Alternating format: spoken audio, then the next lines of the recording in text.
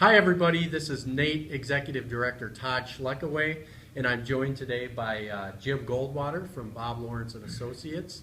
And we wanted to provide a brief update on the Legislative and Regulatory Committee today with Nate. Had a series of meetings on Capitol Hill and with OSHA representatives. And the committee who joined us today for meetings were Don Doty from Velocitel, Jim Miller from East Tex Tower, Jim Goldwater from Bob Lawrence and Associates, and myself as Executive Director of NATE. But Jim, thank you for joining us. My pleasure. Let's start with the first meeting we had with the House Education and Workforce Committee. Can you talk a little bit about that? We've been dealing with members of Congress and their congressional staff, the committee staff, for a number of years on the riding the line issue to try to get them to help us convince OSHA to effect the change that we've been looking for, which would be allow riding the line not only for construction as is currently the case, but for maintenance or modification as well. The committee staff have been very helpful to us.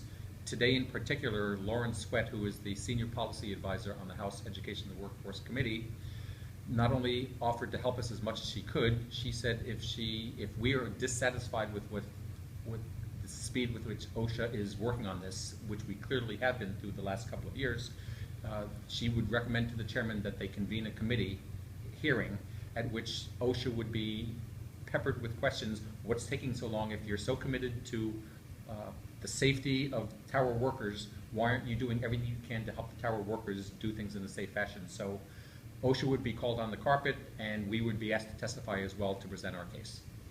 Yeah, I thought it was a very informative meeting, and certainly it's nice when you have allies on Capitol Hill going to bat for you in your industry. So I thought it was a very productive meeting, and we'll keep working with our membership as a trade association and encouraging all of them to reach out to their respective congressmen and women as well to move the ball forward on this issue.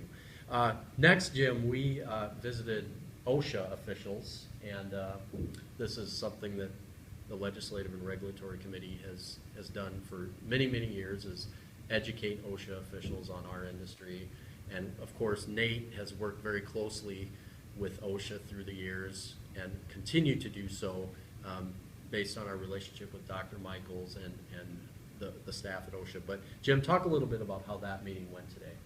That was sort of a mixed bag. On the one hand, we're encouraged by the fact that OSHA has said to us, particularly the head of the Directorate of Construction, Jim Maddox, that they are committed to getting this riding the line directive through. On the other hand, it continues to take entirely too long in our view.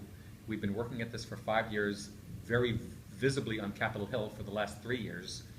Mr. Maddox told us today that it is the next step is in the next couple of weeks. It's going to the head of OSHA, Dr. David Michaels, and it's going to be for his review. Then it's going to be reviewed upstairs at the secretary's office. Then it has to be reviewed by one other step within the OSHA process.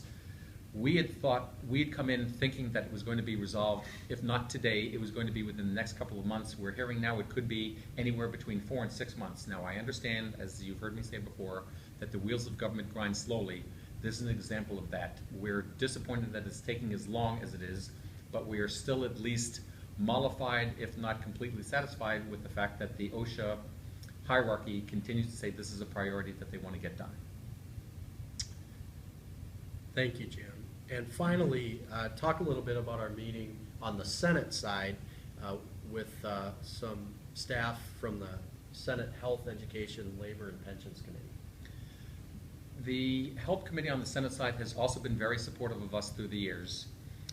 They cautioned us again that things go a little bit more slowly than the business people who make up NATE would prefer. They said they are comfortable that the process is proceeding.